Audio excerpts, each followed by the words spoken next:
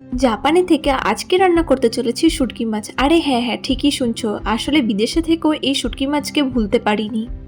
Hello everyone, I am Zia and you are watching Zia Sarkar. তো আমি আজকে আপনাদের সাথে শেয়ার করতে চলেছি শুটকি মাছের রেসিপি। হ্যাঁ, আপনারা এবার এখন অনেকেই দেখে বলবেন, ইস কী সব খায়, কি রান্না করছে, দেখলে বমি পায়। কিন্তু দেখুন, আমার বলতে কোনো দ্বিধা নেই।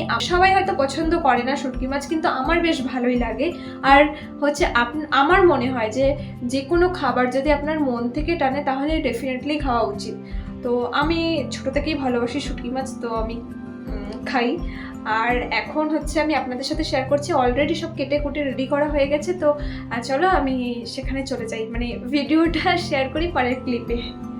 অনেক দিন ধরেই শুটকি মাছ খেতে ইচ্ছে করছিল, কিন্তু কি করে রান্না করতে হয় সেটা আমি জানি না। আর এই রান্নার রেসিপিটা আমাকে বলে দিয়েছিল আমারই বড় মেসো। আর এর আগের দিন বাজারে যখন গিয়েছিলাম তখন সেখানে এরকম সিম, বেগুন, যত শীতকালীন সবজি দেখতে পেয়েছিলাম সেগুলো সব কিনে নিয়ে এসেছিলাম। আজকে করতে চলেছি লোটে শুটকি। হ্যাঁ, জাপানে লোটে শুটকি পাওয়া যায়। শুধু লোটে শুটকি নয়, তার পাশাপাশি বিভিন্ন ধরনের শুটকি মাছ পাওয়া যায়। তবে সেই সব শুটকি মাছগুলো আনতে হয় বিভিন্ন হালাল ফুড মানে বাংলাদেশি দোকান ও ইন্ডিয়ান দোকান থেকে। আমি যেহেতু সবকিছু কেটে রেডি করে রেখেছিলাম, তাই সবজির মধ্যে ছিল আলু, বেগুন, মূলো, সিম আর বিনস। আরেকটি প্লেটে কেটে রেখেছিলাম পেঁয়াজ কুচি, ধনিয়া পাতা কুচি, টমেটো কুচি আর রসুন, আর আগে থাকতে বেটে রাখা আদা বাটা কিউব। চলো এবার রান্নার দিকে এগোনো যাক। প্রথমে কড়া বসিয়ে তার মধ্যে তেল দিয়ে ভালো করে পেঁয়াজগুলোকে ভেজে নিয়েছি, মানে বেরেস্তা করেছি। তারপর আগে থাকতে লোটে মাছ ধুয়ে পরিষ্কার করেছিলাম, সেগুলোকে কড়া করে ভেজে নিয়েছি। প্রথমে শুকনো লঙ্কা, কালো জিরে, সাদা জিরে ফোড়ন দিয়ে তার মধ্যে অল্প পরিমাণে পেঁয়াজ আমি রেখে দিয়েছিলাম, সেটা দিয়ে ভেজে তার মধ্যে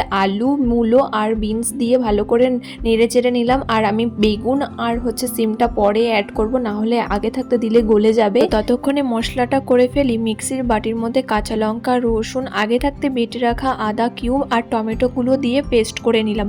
আমি জানো তো আগে থাকতে আদা বেটে কিউব করে রেখে দিই ডিপ ফ্রিজে। যখনই আমার কোনো কিছু অল্প কিছু রান্না করার হয়, আদার প্রয়োজন হয়, তখন থেকে ওখান থেকে একটা কিউব নিয়ে আমি কড়াইতে দিয়ে দিই। তো এখানে যখন আমার মশলাটা আরেকবার করতেই হবে, তাই আদাগুলো দিয়ে একবার পেস্ট করেই নিলাম। এরপর আগে থাকতে ভাজছিলাম যে সবজিগুলো, সেইগুলোর সাথেই অ্যাড করে দিলাম সিম আর বেগুনগুলো, যাতে এইগুলো প্রপার সেদ্ধও হয় আর ভাজাও হয়। তারপর মশলা দিয়ে তার মধ্যে কিছু পরিমাণ গুঁড়ো মশলা, হলুদ, জিরের গুঁড়ো, ধনিয়ার গুঁড়ো এইসব দিয়ে ভালো করে মিক্সড করে নেবো। সাথে একটু কাশ্মীরি লঙ্কার গুঁড়ো দিলাম কালারের জন্য। তো এবার ভালো করে মশলাটা কষাবো যতক্ষণ না এখান থেকে তেল ছাড়বে। আমি কিছুটা পরিমাণ টমেটো রেখে দিয়েছিলাম, ওখানে কিছুটা পেস্ট করেছিলাম আর কিছুটা এরকম ডুমুর ডুমুর করে কেটে রেখে দিয়েছিলাম। তো সেটাও এখানে দিয়ে ভালো করে কষিয়ে নিলাম। কষানোর পর এরকম দেখো তেল ছেড়ে আসলে পরিমাণ মতো জল দিয়ে দেবো। শুটকি মাছের তরকারি কিন্তু বেশ মাখা মাখাই খায়, আর পাতলা করলে মানে বেশি টেলটেলা ঝোল করলে কিন্তু আমার তো ভালো লাগে না। তবে আমি এখানে পরিমাণ মতো জল দিয়েছি যাতে সবজিগুলো প্রপার সেদ্ধ হয়ে যায়।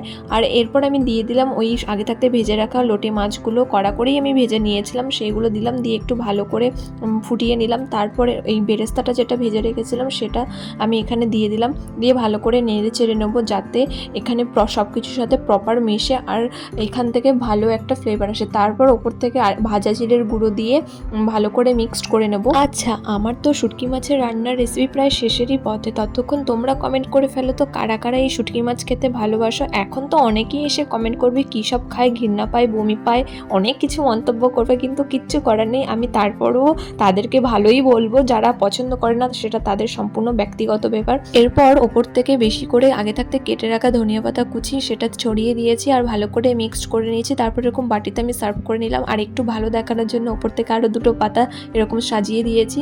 যাই হোক, আজকের ভিডিও এখানেই শেষ করছি। দেখা হবে নতুন কোনো ভিডিওতে। ততক্ষণ আপনারা সবাই ভালো থাকবেন, সুস্থ থাকবেন। আর ভিডিও ভালো লাগলে কি করতে হবে সেটা আপনারা সবাই জানেন। Till then, tata.